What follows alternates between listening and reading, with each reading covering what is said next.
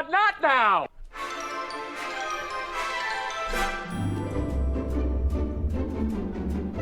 Hello and welcome back inside the Park for May for podcast number 885. This is Todd. No, Todd, not now! AKA Negative Camber. You know why I've asked you here. You must convince the villagers that I'm harmless. That's exactly what I need you to do. Tonight, for your kind consideration, we're going to cover Formula One news because that's what we do on off weekends. But before doing that, of course, you know what that means. I have to introduce my co-host. That means I got to go all the way to the right coast of our nation's capital here in the United States of the Americas. And Washington, D.C., where she plays her skills as a master statistician, a all-around government genius and expert, and the owner of the world's largest cat tree. You know her, you love her, the lovely, the redoubtable. Grace, how you doing? I'm doing pretty good, Todd, and I don't know if you can see that high, but there is a cat way up here on the top. I can see the cat. Yeah. Oh, see? And that could be, sleeping. That's by me. So things could get a little bit fun later. It could all go down. Yeah, I tried to leave her some space to get down, but of course, will she go this way? No, she's going to go that way and knock the picture over. So just stay tuned. If you're watching, that may be the highlight of the podcast. I don't know, but I tried to leave her some, I thought, oh, this is the way you usually go. I love it. She's not going to go that way. Love it. Oh, my. Hey, a big, big welcome to all of our Patreon supporters who are joining us live in the audience right now, and we're having a great discussion. And primarily, I opened a can of worms talking about some of my favorite Australian bands and acts, and so that's all good. I'm a big Neil Finn fan, Crowded House, Iva Davies, Ice House, all that good stuff. So we're talking about it. But Grace, I didn't have this in the podcast notes. I'm going to spring this on. Did you see what happened to Lando Norris this week? I heard about it, but I had a full weekend. Yeah. He had like a bandage all the way around his head and his nose, and he got cut, and it was glass. And so you want to know my conspiracy? Okay. He was out partying with Adrian Sutil. That's what it was. I like that's pretty good. So what is rumored to have actually happened? Although I like your theory. It's probably the truth. He was partying for I don't know what the celebration, King's Day or something like that in the Netherlands. And he was on a boat and somehow got cut by glass or something across his face. This is for Lewis. This is for Lewis, not sticking up for me when I was in court. Tell Lewis it was for me. That's right. Yeah, exactly. So Adrian Sutil shows up, smashes a champagne flute, starts jabbing. I like that. I think that's the best. I guess you could blame it in Miami. I mean, that does seem like a very consistent South Beach kind of thing to happen. So. Yeah, right. It was just another day. There's no reason. I was just in South Beach. Now I'm cut in the face. Cut up. Yeah. We'd all go. I'd be like, oh yeah, that sounds consistent. So anyone who doesn't know why we're saying Adrian Sutil or doesn't even know who that is, you have to go Google that. Look it up. Look it up because Lewis Hamilton and Adrian Sutil in a big nightclub brawl. Adrian Sutil injured another team's employee. There's a lot of. We covered this. We covered this in the off season in the big controversy podcast that the three of us did. So if you didn't listen to that, we for sure talk about Adrian Sutil there, because what could be a bigger controversy than Adrian Sutil and a champagne flute? Yeah, it's a damn shame because he's a wonderful piano player. Yeah. So is Charles Leclerc. Have you listened to Charles Leclerc's CD, his music he put out? No. What? It's wonderful. Sorry. It's delightful. All right. Well, very good. Give it a spin. I'll look it up on Apple Music or whatever. It's there. Whatever the kids are using. Spotify, I don't know. Yeah, I don't use Spotify. I never picked that up. But I don't either. I got Apple, and I pay for Apple, so I figure I might as well use that. Yeah, right? Exactly. I'm a corporate wage slave. What can I say? So there you go. I mean, really, they have my entire household interface is Apple, so it's fine. See, and that's because your husband knows the badness of Linux, man. I don't know when he listens to this podcast because I'll get a text message from him that went, Lennox. Yeah. No, I'm not. No. Yeah. So, Well, no. yeah. So anyway, welcome to our Patreon supporters because they get to join us live during the recordings of these podcasts. So no advertisements for you folks, and you guys get to interact and send questions, and we'll try to read them. If we miss you guys, don't feel bad because we're all trying to orchestrate and navigate, but we'll try to get some comments. And Fabio says, can we take bets on how long it is before Grace mentions the Spanish MotoGP? Which was awesome. You mentioned it first, so I did. All bets are off. I really gave it about 5 seconds. Yeah, it's a good call. It's a good shout. So you're going to get like 2 bullet points into your first story, and I'm sure I'll find some way to make it about MotoGP. You'll weave it in there. But, I feel like we can talk more freely, whereas before this was sort of speakeasy, hush-hush stuff. We couldn't talk about MotoGP. But now that Formula One has bought MotoGP, I feel like it's part of the family now. I feel like we might as well just expand. Well, the deal hasn't gone through yet. Oh. But Carlos Sainz and his dad were there this weekend. I posted a video. They gave out. There you go. They gave out trophies. So yeah. I see. That's what Lando wishes he was doing. He was partying with Marc Marquez. Now that would be a story to tell for sure. Yes, I agree. Because I think that so they've started. They do some Formula One anyway. After the MotoGP races, they have a DJ. I feel like they've done this in Formula One, but and like whoever the 3 podium finishes are like up there with the DJ. And, it's very, like, there's your personalities. Like, Pecco's kind of like, it's very, I just realized I'm giving you, it's like this very stilted kind of like, which fits his fun personality. And then Marc Marquez is just like, which he did at Austin, too, after qualifying. Yeah. Like, he's just dancing all over the place. And, we're all just happy to see happy Marc Marquez after 3 years. Yeah. So, dance all you want, man. I mean, I agree. It was great. And so, it was just really funny that I think they should just have Marc Marquez at every race, just dancing. Even after he retires. Just dance. It's great. Yeah, it was good. Mm-hmm. There you go. Okay, let's talk about some Formula One news, shall we? Now that we said hello to our Patreon supporters. By the way, if we have to, yeah, if you would like to join us live for these, you can do that by supporting us on Patreon. And I post a link, and it's the same link every week, so you can just pop in during the recording time and join us, just like all of our Patreon supporters are with us this evening. So huge thank you, because we could not do this without you guys. And that is no lie. Let's talk about some Formula One news. The big news, well, some of the big news this week has to be Nico's big deal. Last time you and I were on, we talked about Alonso's big deal. And now we're going to talk about Nico. So no mystery here, folks, that Audi is a German car maker. Nein! Mach schnell! And because of that, there may not be any secret that they may want a German driver. What are the odds? And funnily enough, to those ends, there's really only one German loitering around the paddock, and he's been doing that for 12 years trying to get his break. They signed him up to join the team. They signed Nico Hulkenberg to join the team, not when they take over fully in 2026, although that's the key, but they are going to move him over to Sauber in 2025, next year. Right? That makes sense. So maybe it's not just because he's German on the grid. There's a couple other things. Andreas Seidel, the team boss for that team, was also running the Porsche LMP1 program back in 2015 when he won Le Mans. Who was at the wheel? Nico Hulkenberg was at the wheel winning Le Mans, right?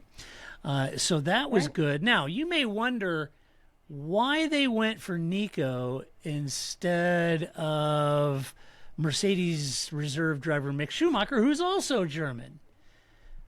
Toto Wolff's best friend, Mick Schumacher. But I'd argue that the reality is that Nico was brought in to replace Mick at Haas because he crashes less, is less expensive because of all the crashing, and he scores more points. So that's probably why they went with Nico, and I think that's a good shout.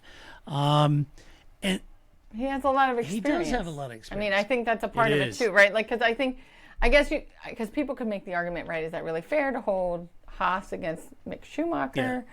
Maybe not. But Nico Hulkenberg also has a longer track record, right? And so you've seen him race at more machines, more random times. So he's filled in over here, he's filled in over there, and not crash. So I think that's also part of it too. a lot more data He does. points. He's been doing it a long time. Now, this may also prompt the big question. But wait a minute. What about Valtteri and Joe? I think it's pretty clear at this point with the signing of Nico Hulkenberg and the rumors in the press that they've made a big offer for Carlos Sainz, as well as Nico. I would say that Audi's looking for an all-new driver lineup to hit the ground running in 2026 when they fully take over. Nico, to your point, Grace, will be very helpful in that development phase of that car because, as you said, he's driven a lot of different cars, and he's a veteran. So could Valtteri or Joe go to Haas to replace Nico? Well, I doubt that because I think that seat is most likely to be in the crosshairs of Ollie Behrman.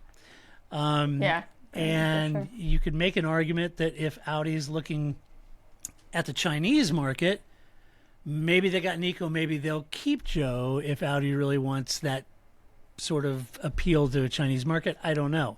I suspect they won't. I suspect they'll have an all-new driver lineup for Audi. Whether that's all new for next year, I don't know. If they get Carlos, it will be. If they don't, they're probably not in a big rush. They could renew a contract for a year. But yeah, it's a big opportunity for Nico, though. We talked about this a few weeks ago, and I think I made the comment that while I don't think once they put Audi stickers on the side of the car that car is going to start winning races and titles, I don't think it's going to be at the back of the grid either. I don't think they're going to go through those kind of growing pains. I feel like, probably. That to me, I mean, if they do better than that, good on them. All right. But so when you think, it's a big opportunity for Nico, I do think it is a big opportunity. Not necessarily that he's going to go out and start winning races or titles, but I think it's a big opportunity to be part of a nascent program, a manufacturer program that I think could be really good for him. Yeah, and I think it's probably a nice little feather in the cap, right? I mean, he doesn't have that many years left. He has to be in his late 30s, right? How old is Nico? I don't know. And so, we could do this. And then, again, I think it also gives him both a nice development place to be. He can help the future of the sport, whatever that motivation might be. And if it doesn't really work out, it's okay. It's a new team. He saves face either way, I guess, is what I'm getting at. And I will miss Valtteri. I will miss the vibes of Valtteri. I think I would just like to keep him around just for that. It's kind of like Alicia Spargo in MotoGP. 36. Oh, 36. Yeah. He's younger than I thought. All right. Yeah, he's got a good 5 years in him yet. Unless he's in the Alonso plan, and then he's got like 10 more good years, right? But I like this Valtteri. I like him around. He's fun. It's he's here for the vibes. I enjoy that. Is that going to keep him in a seat? No, and I think he's very well aware of that, and that's why he's kind of got the vibes going on. And I mean, Joe. I mean, maybe he could be the Mick Schumacher and just like sit right here over Adrian Seidel's shoulder through all the races and be their reserve driver. But I think I would bring in somebody young, and relatively. I'm sure Joe isn't very old, but bring in somebody young and new that's in some development program that you swipe and bring that person in as your reserve rather than keeping Joe because you already have the veteran skill from Hulkenberg. It's kind of like Ian says in a Patriot chat, he says, I miss Bottas. Best interview on the grid. Kimi vibes. Oh, absolutely. That's what I'm saying. I love, we talk about, we love, I hated Sebastian Vettel, but I love bees and pick up trash Sebastian Vettel. I mean, I've never hated Valtteri Bottas the same way, but I love this guy. I love the mullets, the vibes. I just think all of it. I posted this has been quite a while ago on X, but I don't know what it is about Valtteri's life. It's just turned into a Wes Anderson movie. And it's the new Wes Anderson 100%. Valtteri. It's hilarious, I love it. Let's see. Fabio says, do we dare to dream Nico finally getting a podium? Steven said never. I said, well, there you go. Could Nico get a podium? Maybe. Problem solved. Maybe. Problem we'll solved. See. That's a good question.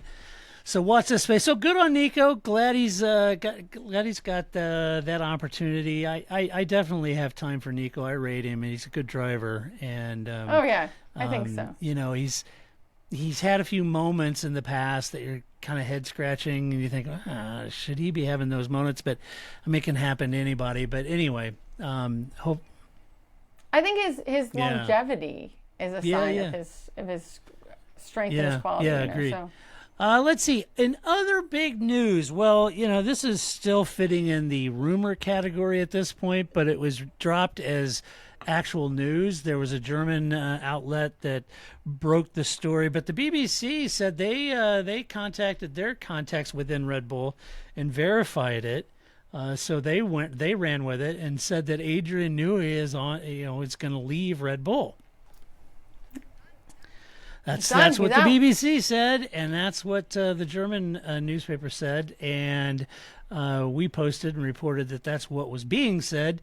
I'm kind of in the I don't know. I think we'll wait to see if that materializes, but anyway, that's how it verified. So Red Bull were very quick, though, to point out, with all these rumors flying around in the press, Red Bull were very quick to point out that Newey's contract is good through 2025. And, Grace, there's another non-compete for an additional 12 months after that contract. So that would make it 2027, technically, the year he was available to actually work for another team. And one wonders, at that point, do you think he would want to? No, I'd just take 2 years of gardening leave and then retire.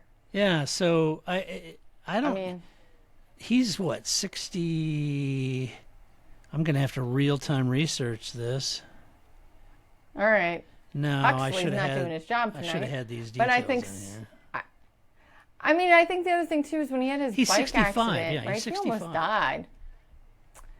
And I think that no matter what age you are, if you're 22 or 65, almost dying will really right-side your view of things. And so I don't see how that's not a factor in the, like, what am I doing here? Why do I want to keep doing this? You know, like, I don't know, maybe not. And, you know, it could also just be another team buying up resources, right? That's what Formula One does. Like, you know, I may not ever be able to use you, Adrian Newey, but that means Red Bull can't either. And you just are on gardening leave for a couple of years, and you go fishing with Ross Brawn, and everything is fine. I think that definitely could be a component of it too. And it could just be, hey, we need to keep our name in the news, right? Like, any of these things are plausible. It just could have been like you know, it was leaked, right? You know, it could have been Christian Horner was like, hey, everybody's bored. It's a Thursday. Let's just see what happens. Why not? Yeah. Yeah. You know, it is. Although, to me, it's. It makes, I guess, sense if he was really torqued about the whole Horner sort of thing. I have to think at 65, if he had to wait 2 years, he'd be at the end of 2025, and then 2 years would be 2027, so it's 3 years. He'd be 68 years old. I got to think he's achieved a hell of a lot in his Formula One career. At 68, would he really want the grind? So think about it at that point. At 68 years old, does he want to pack everything and move to Italy for Ferrari? That's a pretty big move, moving everything to Italy. You know? Maybe he would be Ferrari's first remote worker. Yeah, he could just get on teams and call in. Equally, the appeal of Aston Martin might be more to his liking because it's close to home. He's worked with them before. Maybe he could work a sweetheart deal where he didn't have to work, 6 days a week. And Larry would pay that, right? Like, I think if anybody's going to be able to follow through on any demands Adrian Newey might have, Larry would be like, he slides a piece of paper apart, and Larry goes, that's fine. Done. That's all you got? Okay. My son had more requirements than you did. Excellent. Right. So no problems there. Yeah, it could be. It could be Aston There's Martin. no doubt that his impact on the sport is huge.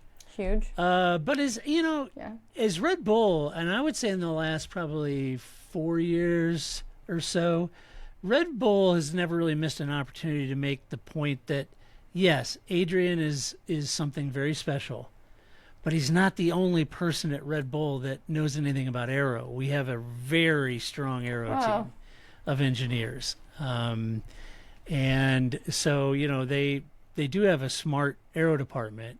It's not all just Adrian, but it can't hurt, right? Having Adrian Newey. Right. So there's that. Time will tell if this is a reality or not. But if I were to guess, I'd say Aston might be more attractive due to the location, past work experience he's done with them. As Ian said, was he going to go back to the boats? Yeah, because I remember there for a while he wanted to design boats, right? Maybe, I don't know what Ron Dennis is up to. Maybe Ron Dennis is into boats and they want to be reunited. They seem to have such a loving relationship, the two of them. Great idea. Can you imagine that with Ron? Nice, Ron. I'm all for it. I mean, we haven't seen Ron since the pandemic, so who knows what he's up to. I like it. Although, I will have to say my favorite plausible answer here, which Stephen has sent us on Twitter, was that he's actually going to go to Michael Andretti. Yes. Whether it's legal or not, which I think you were like, well, I don't know if you could do that. I don't care. Rules, who cares? Right. We don't need them. This is Formula One. No, Jason, there's no rules. Jason. Sometimes it's a little bit of blue paint. What I think should happen, I agree. Adrian Newey going to Michael Andretti. Like, they're just like stacking it to the point that they're like, how about now? How about now? That would be funny. How about now? Like, every hula hoop they have to jump through, they're just like, how about this? I got Adrian Newey now. What could be wrong with my car? What else do you want me to do? What other hoop? Bring it, Toto. I'm ready. I got your hoops. So thank you, Stephen, for bringing that joy to my life.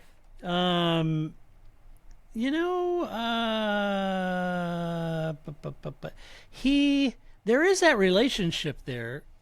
When Adrian moved over to Indy, or back in kart, he was with Haas, he was with Ray Hall, and I think he was Mario's race engineer for a time. So he would have that connection. He knows the Andrettis. Yeah. I like it. Who knows? I don't know if that makes the story better or worse, but... Yeah. He likes Mario. Michael. Marco, he's fine. Who knows? Michael. I do want to say, though, before we leave this story, so this story broke Tuesday morning, Friday morning, I can't remember. Thursday morning, I think is when it broke.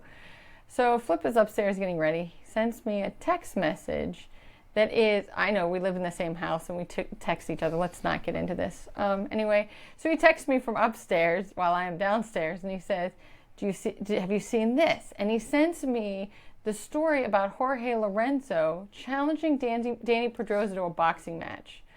I was like, this is not real. What are you talking about? And it's a Danny Pedrosa interview. We're in MotoGP again, in case you were wondering. And Danny Pedrosa, who retired, Jorge Lorenzo is also retired, but they were rivals. And I was trying to think of a comparison, and I think it's kind of like Fernando Alonso challenging anybody. Right? That's what we're thinking here, right? So I'm like, what? Why would Danny Pedrosa? I mean, I'm all for it. This would be. I was so excited. Like, the idea of those two fighting each other seems like a great idea. And I'm like, but that can't be true. And then I see the Adrian Newey thing, and I send that back to Flip, and he's like, what? This can't be true. So it was just like, none of these things can be true. And it turns out maybe they're both true. But I'm all here for, Jorge Lorenzo and Danny Pedrosa. And it made for great chatter. That was every question, literally, in the all the press junkets. You'd get like 3 questions in, and they were like, Who do you think will win? And or if you could fight somebody, it just kind of grew on its own all weekend in the MotoGP paddock. It was like, who would you fight if you could have a fight with anybody? And it was just funny because of course they're all like, I don't know, whoever's smaller than me. Like, there's no answer. I mean, what kind of you think of the because you're all trying to get that George Russell kind of not really taking sides, not really, unless you're Jack Miller, who was just like, well, I'll fight you all, whatever. Like, I don't know why they're fighting each other. I'll fight them. But, yeah, it was great. And you could just see the kind of like by Saturday, they're kind of like, okay, this is great that you're all very amused by this, but we've moved on now. So that is good. But yeah, it was great. It was a great. Me idea. too. I hope it happens. Let's see. In other news, a public service announcement for those of you over in the States, F1 all night, F1 all day. To quote Diamond Dave, all night, all Dave. Formula One has announced a new free streaming channel in the United States that will carry race replays and highlights of F1 and its feeder series and past Grand Prix with evergreen content, they call it. The channel is supposed to be a 24/7 streaming service, which will launch this weekend of the Miami Grand Prix. Where can you watch it? Samsung TV Plus. I don't have that. Amazon Freevee. No. Which is like the world's worst name. I've never even heard of that. And Pluto TV. Pluto TV is like what my doctor's office plays. I don't. Yeah, I'm sure. I guess assume I do. I haven't looked for Pluto TV. I do get Amazon Freevee. Yeah. Yeah, I guess. I mean, I don't know. I do think that if we're gonna be, we're gonna need better outfits if we're gonna be hanging out with All Day Dave. I mean, I'm not dressed. I'm t-shirts and jeans. This isn't going to cut it. I need more sparkles. Spandex. I need bigger hair. Yep. Yeah, exactly. This agree. is not going to cut it. Dave's going to be disappointed. And when I'm bringing to this all day what the party. quote is, quote, the Formula One channel is the latest development by F1 designed to further evolve and elevate our content experience for fans, said Ian Holmes. Who is Ian Holmes, you ask? Well, he's only the F1's director of media rights and content creation at F1 or Formula One. That's who Ian Holmes is. When Ian walks, the earth shakes and sometimes people fall down. Quote, this service caters to the diverse viewing habits of our USA fan base and serves as a great entry point for new fans into the sport through strong, curated programming which aims to showcase the drama of F1. Together with C15 Studio, we hope to develop the Formula One channel into an industry-leading product that serves alongside our existing live broadcast offering with ESPN and F1 TV to give fans a truly comprehensive F1 offering. I'm not reading the rest of this shit. So, there you have it. They're especially curated for I don't know how diverse. I'm a U.S. Formula One fan, have been for decades. I don't know how diverse my viewing is, but fair enough. I guess this all comes. Well, let me add to that. The station is going to delay the live races by 5 days because they're going to honor ESPN's exclusive rights, right? And so it does make you wonder, well, when ESPN's contract's over at the end of 2025, if they won't just absorb this on their own 24/7 channel. I don't know. No offense, but one of the main issues, and whether this is good or not, it all really comes down to this. One of the main issues in TV coverage is that some of it is just being helmed by people who aren't professional broadcasters, or maybe they're 20-somethings who you pay peanuts to do this, but they know very little about the sport. And so I think you have to think really seriously about the package that you put together as a broadcast package. I've mentioned this before, and I will mention it again for the 800th time. They need to be doing like the Steve Banter decades. These things need context. Yep. All sports need context, right? You need to understand what was going on at the time and why was Michael Schumacher mad at this guy or this guy or this guy? Who knows? Right. And so, but if you don't have that context, and you might also, I would find some place to shorten the races. They are long. You could get rid of some of the, because they condense 2 hours into an hour. But you need somebody that's going to kind of set that context for you of what the season is, what was going on, what was happening. Otherwise, to me, that's half of the, of any, and that's true of any sport. I think if you just sat down and I was like, you're going to watch this baseball game from 1986, I don't, what Right. are we talking about? Or, the 90s, you need to know about steroids. You need to know about, like, Pine tar. I just think there's some context around it. Right. Whatever. Too much spitting. I don't know. It's baseball. But I just think that, that just showing just having 24 hours of racing, again, I don't know. I mean, I guess all the major sports have a channel like that, but I'm never just like, I'm just going to watch the NFL channel. I don't know. I have actual sports that are happening now that I'd want to watch. Maybe, again, like the Decades was great because you could, like, watch the content. You knew that they were going to be going through a certain season, right? And so you had something to watch. You had programming, even though it was an old race. I think just showing old races maybe isn't that interesting. But I would feel that way about basketball too. Like, there's 96 games a year or whatever. I don't want to just sit there and watch a season of basketball. I do like Ian's comment. He says, finally, F1 with some ad breaks. maybe there'll be some diversity. Look, I think that's it. It may work for other extreme sports and stuff when you get some 20-somethings that are cutting their teeth as young, budding, broadcast professionals and that kind of thing. But you're really doing a disservice for the world premier motorsport event. You can't bring a bunch of junior leaguers to the table and pay them peanuts and expect them to keep the young, hip crowd entertained, because it's not done in a professional way, and I think that's the problem. And you ask, well, why does ESPN just rebroadcast? Why do they just skip Sky's content right to us? Well, because that group and that package works. You've got veterans and that have known the sport inside and out, and drivers, and that package is professionally set up. And in the U.S., they ESPN tries to do some stuff, and they go out and hire some just young sports broadcasters that are cutting their teeth at doing this stuff and throw them into F1, and they Google some crap in the afternoon, and then they get on and try to make a broadcast or content, and it just, I don't know, it just doesn't work for me. Sorry. It may work for you, but it doesn't work for me. No.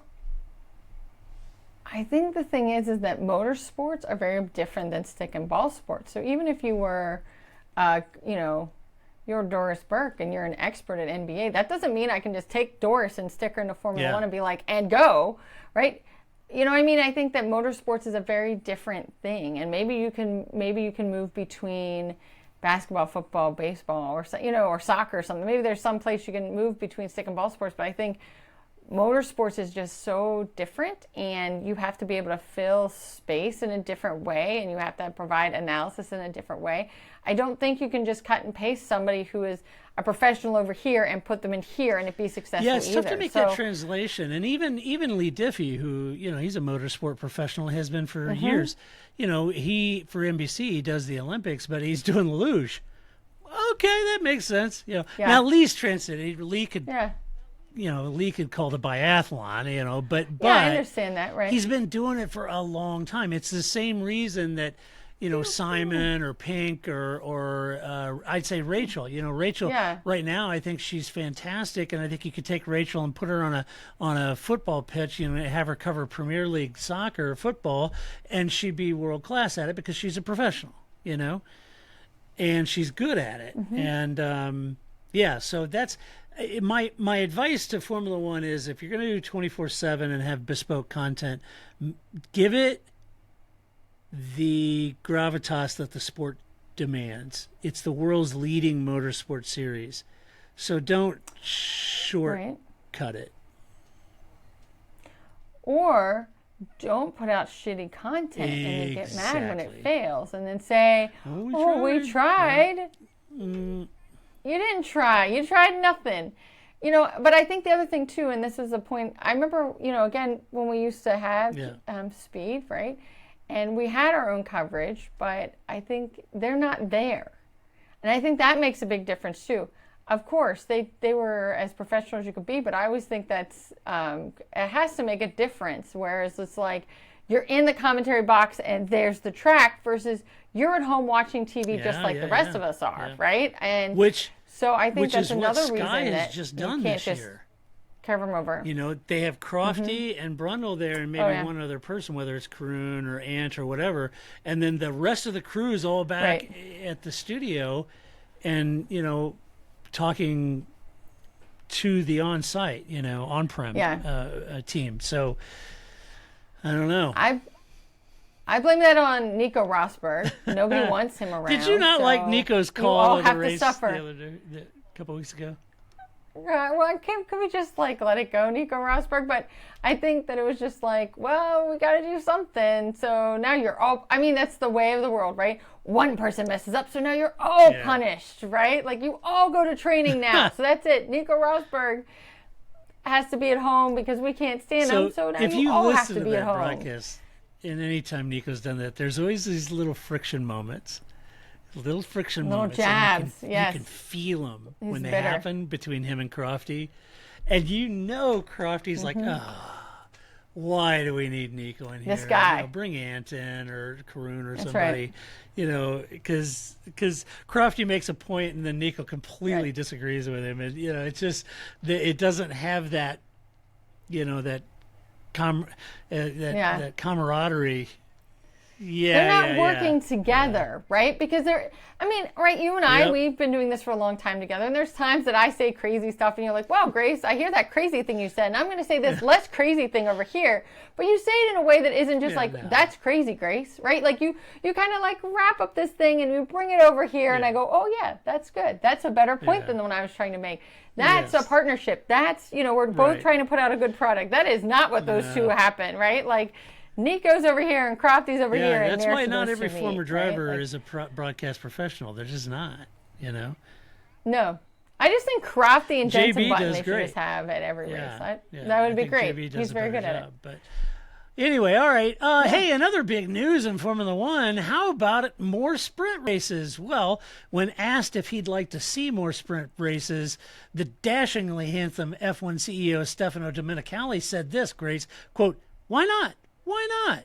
I would say this is great because it keeps the tension on every day, and this is something that will be discussed in the future. Now, let's see how this year with the sprints will go. But that's a point of discussion for sure that I want to discuss in the next F1 commission. We need to avoid any possibility to have a situation like Japan with cars not running because of weather conditions. This is not good for the people that are coming to see us and see the drivers. I'm sure that the teams will understand that we need to find solutions. I think you still run the risk of, and this is me talking, but I'll let you comment on that first before I go into my thoughts. I mean, did he just suggest like we just need to be able to control the weather? If I, Stefano Domenicali, could control the weather, we would have 90 races this season, and half of them would be sprint races. If I could control the weather, like I'm sorry, like I don't know, Stefano. The planet's an awfully damn big thing, and I don't know that Formula One can control it. It gets wet. I don't know, but no more sprints. You already have too many. You have too many Formula One, no sprints. My thought on that is I think you still run the risk of burning the teams out. There's 24 races, and when you start adding a lot more sprints, I think that is going to start burning them out. I sit at home and I'm burnt out. I don't even leave my couch, I said I've had that enough. Adding more sprints would be tough on everyone, including viewers, right? Plus, on top of the fact that it is the way of Formula One that you have a dominance. So why don't we add more races that people already think are boring because Michael Schumacher wins all the time, or, Max Verstappen wins, or Lewis Hamilton wins, or whatever your complaint is. Let's add more races that are Michael Schumacher or Lewis Hamilton or Max Verstappen winning all the time. Idea. This is a more great Max idea. Domination. Woo! More boring. So you know what Lando Norris said, and I'm assuming this is before he got all cut up. Yes, he said, ouch. That hurt. I should have listened to Grace. Never party on the top floor. Yeah. Always party on ground level when you're drunk. That was all Yome's off. So here's what Lando said. He said, quote, I don't think it's too bad for us as drivers, honestly. I don't think we can be the ones to complain at all. It's the hundreds of mechanics and engineers that have to travel so much. It's not healthy for them. It's not sustainable. So the problem is not with us. People should look out more for the rest of the team, end quote. Max Verstappen said this, quote, the sprint format was better, this last one, a bit more straightforward, I would say. But let's not overdo it as well, because we're already doing 24 races a year, 6 of these sprint events as well. I get it. I guess it sells better and better numbers on TV, but it's also more stress on the mechanics and everything. You have to deal with it, but let's not think that now we need 12 of those because it will take its toll on people as well, end quote. I think both of them are right. Yeah. Right. And for what, right? To see Max win again. Right? For what? Right. And so I think that's what we all have to ask ourselves, even if we haven't had an Adrian Newey near-death experience, which is, why am I doing this? Why am I here? What is this for? And it at some point isn't really for us, the fans, either. Which I think prompts it is me to just say, you say, well, there's other series that sprint. Yes, but here's the thing. This is why, and I'm going to go out on a limb here, Grace, this is why I think MotoGP is producing some of the best racing, period, in the world right now. And I think it's like Paul said this past weekend. It's like watching René Arnoux and Gilles Villeneuve. Every race is like that, And it is. And the sprint races, because the Formula One cars are the way they are, it tends to be the same results that you would see, right? Whereas in MotoGP, out of nowhere, we got Maverick Vinales winning. It's different every time. Who knew? I mean, last season, the whole Jorge Martin, I almost called him Jorge Lorenzo. Jorge Martin's storyline came out of the sprints, right? Because that was the whole thing, right? He crashed a lot during races. He wasn't ever able to make it to the end, but sprints were right in his wheelhouse, and that's really given him the leg up and the confidence to do better in races. And so now he's a title contender. Would we have thought he was a title contender if we had never had sprints? No. So you don't get those kind of results in an F1 sprint race, No. Not, and I think it used to be, at least with Formula One, you used to have the one-offs. And we don't even really get that either. Like, it used to be Australia, if you had, I'm just going to make them 15 tracks, and, 5 of them were like this and 5 of them were like that. And so you build a car for those. And then you had these other 5 that were just like random, like Australia or China or Montreal or whatever.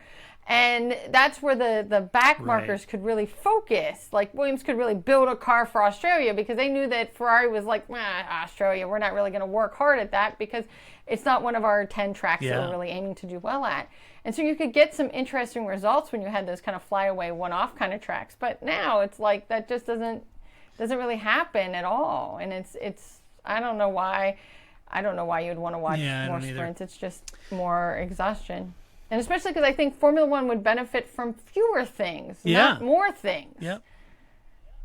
I mean, even if the season was great and we had more, we never are going to have like 10 different winners, right? That's just not how Formula One works. But even if you were like, I don't know, could it be Ferrari? Could it be Mercedes? Could it be Aston? Could it be Red Bull? I don't want to be accused of not citing Red Bull here. But, even if you had some in the front people, you had something interesting going on, that it could it be McLaren, that would be worth watching, but less of them, right? Like 15 races would do Formula One good, not 90 races. That's not helping you. Scarcity works in your favor. Stop adding things. I was just catching up on, I don't want to let our listeners some of the comments. I was just catching up on our Patreon. Sorry, guys, I was busy looking at stuff. And so regarding the TV and the ads, Steven says, if we're getting ad breaks, can we bring back the dodgy ads we used to have in the middle of Speed Vision? Remember those? The psychic hotline and then the hot girl calling in ads that they used to have on Speed. That was hilarious. So dodgy. Definitely. They were for sure they were dodgy. So anyway, good comments, guys. They were kind of like back in the days when like we had just regular television and a station happened to be on like past 2:00, like they didn't do the national anthem and turn off at 11. Yeah, exactly. That's the kind of ads they would show on Speed. You're like, Well, this is not what Fabio I was expecting. says, not a fan of Rosberg. I wasn't impressed. Still better than Karun, though. Zing. Let's see. What else? People talking about Hench. Hench is good. I like Hench. Miss Cleo. Yeah, more sprints. Fabio said more sprints to no one's surprise. Yeah, exactly. Yes, and Ian brings up a point that I think a lot of people have. He likes the sprints, but he's saying maybe have reserve drivers do it, right? And that could be too. So anyway, good comments, guys. Let's see. Let's do some Albin's Cats, shall we? Oh no, it all went wrong. Yes. I know. That's not my fun music. Well, I last week was an absolute nightmare with the podcast. The video was unrecoverable. I spent like 3.5 hours trying to edit the audio, both separate tracks. And on top of that, my soundboard, gone. All my sound's gone. It's unbelievable. So I don't have my fun music. I'll have to go find that, Grace, and bring that back. Sorry about that. All right. Or just other fun music. Whatever. Yes, it's time for Albin's Cats. Yes. Okay. See, that worked.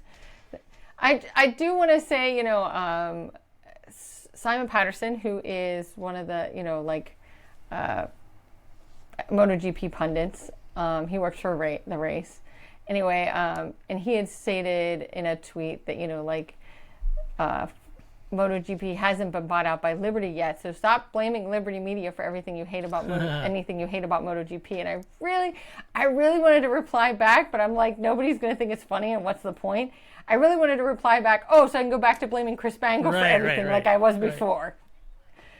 So it's fine. It's Chris Bangle's fault that your soundboard disappeared and you have to start from scratch. That's it. I blame him firmly for everything. And of teams. Course. I also blame teams for everything because team sucks. My favorite tweet. Why is the White House going after TikTok when Teams is right there? Right. Exactly. Right. Go for that. Okay, so Albon's Cats this evening. Surprise. Oh, really? You don't say. However, not my doing, so I'm going to go with it. So not the week before, the week before when I was on last, we had received a comment on the YouTubes from Alice Coperno, and she had asked, hey, greetings from the Netherlands. Nederlander. How's it going? Cool. Yeah, and they were wondering, Hamilton had just come out and said, what if we combined Formula One and MotoGP together in the same weekend? And, she was asking, I'm assuming Alice is a female. I don't know. I will say they. They were asking, I recently learned that, that hasn't quite, the FOM and the FIA haven't signed off on new engine or aero regulations for 2026. And don't they think they're going to propose them for 27? I don't think so. But I really wanted to kind of talk more about the, Lewis Hamilton story because we didn't really get into that had kind of just come out when we had talked about it. And I thought this would be a nice place. We kind of talked about Liberty Media's role in MotoGP and Formula One when that story kind of broke, and the deal isn't quite done. But I thought, I was like, this is some good content. Gets me to talk about MotoGP, and not all my fault. So thank you, Alice, for bringing this up. This was a very good point.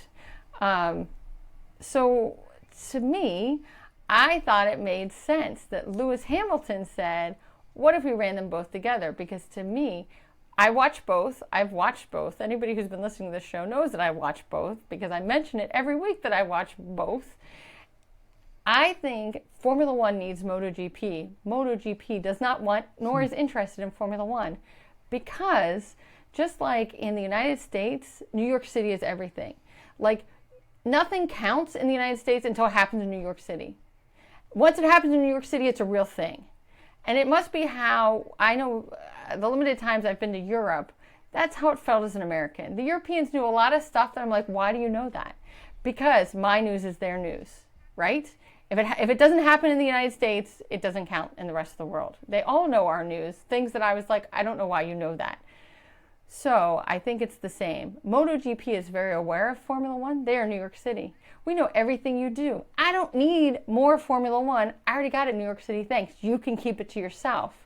You know, and that must be how Europeans feel about Americans. You're good. You can keep it yourself. We hear enough about your news. But I think that Formula One has an interest in MotoGP, and there's stuff they can learn. Now, I don't mean that to say that MotoGP is perfect. There are plenty of spaces that it could improve. I do think there are spaces where Liberty Media could help them. But I also would be disingenuous if I also didn't mention I am always concerned that this is just to buy out their competition. It makes me nervous. And maybe that is unfounded. I don't know. But it does, like, if Liberty is really buying MotoGP to help make Formula One better and MotoGP better, that's great. If they're buying MotoGP to make it less, when they're finally just getting on that upswing, well, that's not going to make me happy. So, of course, I have that concern as well. But I thought it was interesting to think about what this relationship between Formula One and MotoGP might be, the way Hamilton was talking about it. Interesting point. Which makes me wonder... What the hell? What does it all mean, Basil? I think what I have to go on, Grace, would be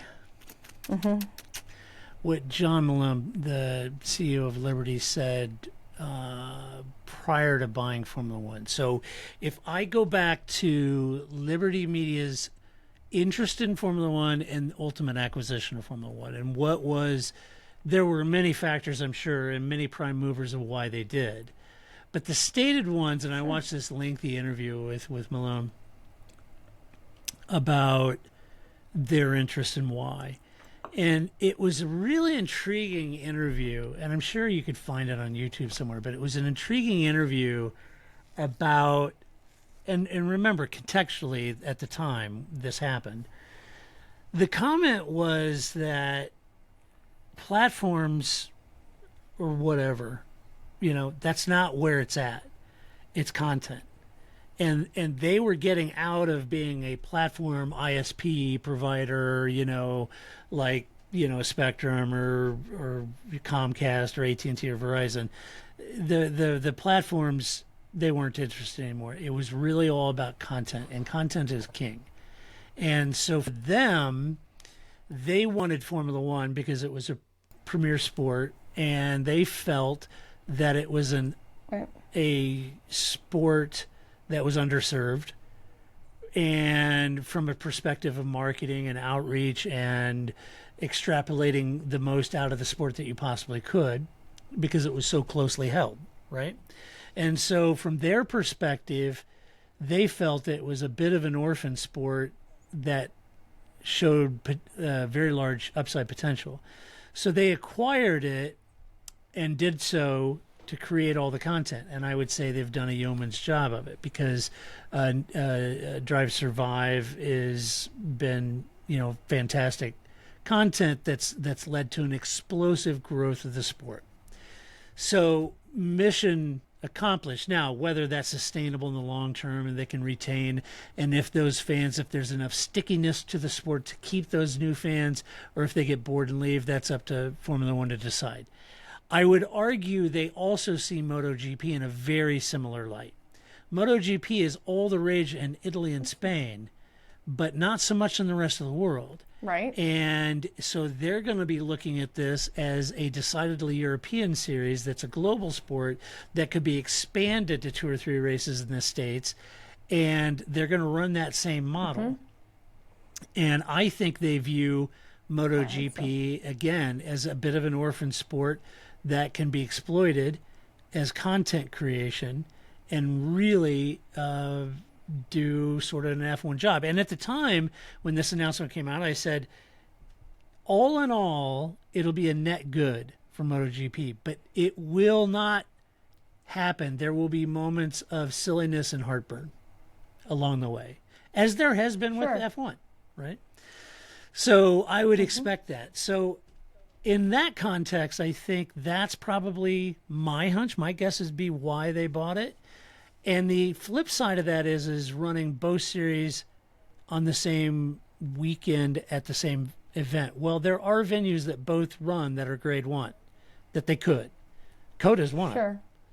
And what better place to do a joint MotoGP F1 race than a COTA in the U.S., right? So I could see them doing that. Right. Would I see them doing that continuously for long term? No. But I could see them doing a special 1 or 2 off to siphon some of the Formula One fans into the MotoGP fandom. And I could see them doing that. They're going to want to take advantage of the eyeballs they've gained in Formula One, and they want to move them over to MotoGP too, right? And then they'll just come to MotoGP and never they go might, back to because Formula One MotoGP is producing fantastic racing. So that's my hunch in the whole scheme of things. I like that view better. I mean, again, there's that part of me that's the skeptic McLaren fan. I think you're right. I mean, right? Like, I think if I was an outsider, I agree with you that makes sense, that for the same reasons that Liberty Media acquired Formula One, they're interested in acquiring MotoGP. But I am a skeptic McLaren fan, and there always is that part of me that's not willing to let that other shoe drop.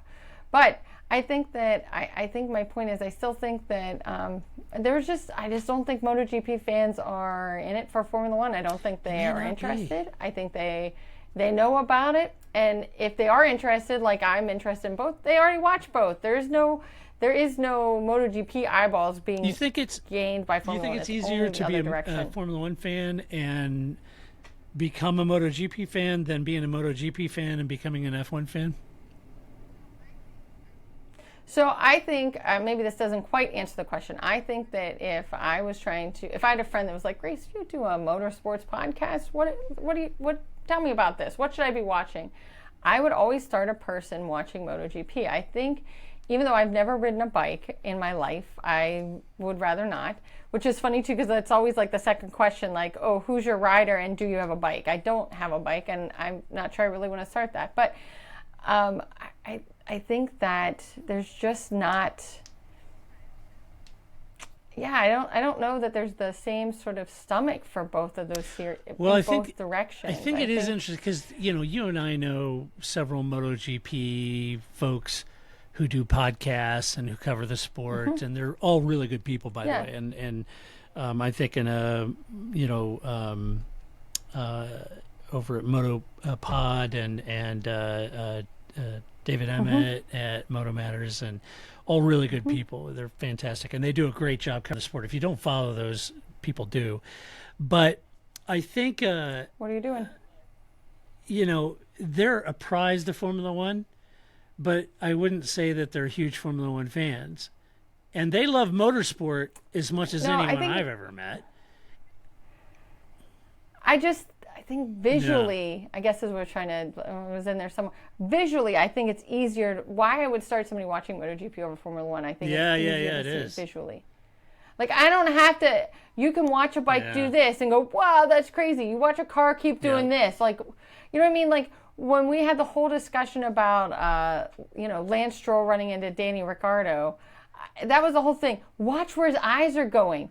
You don't need to watch where Marc Marquez's eyes are going because he just ran right into, Pecco Bagnaia. I didn't need to watch his eyes, right? Like, he ran into him. And so I think that, I think that to me is a lot easier, even though I neither drive a sports car nor ride a bike, that I just think that's, to me, it's easier to see that there's something interesting there to watch, that even the most interesting Formula One race is never going to have that ease to it because, especially on television, I do think they're getting better at, which I've been complaining about for the 20 years we've been doing this show. I do think they're getting better at giving you the, like, at-track experience of, like, where you just sit in a corner and you can watch.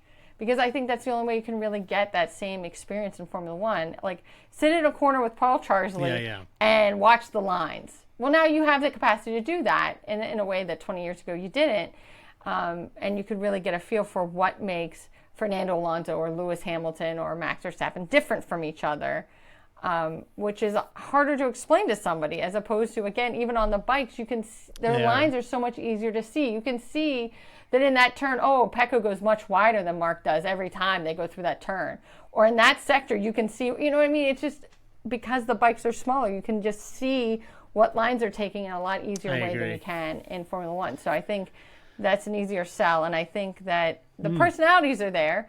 It's not quite the, because when Flip and I were talking about it, he's like, well, I don't know, that it's as like, there's like, it's not as fisticuffy, if you will, I guess, as it is in Formula One. You don't have the Lewis Hamilton fans and the Max Verstappen fans. And I was like, yeah, it's just because you didn't watch during Rossi and Marquez and Casey Jorge Stoner. Lorenzo and Danny Pedrosa.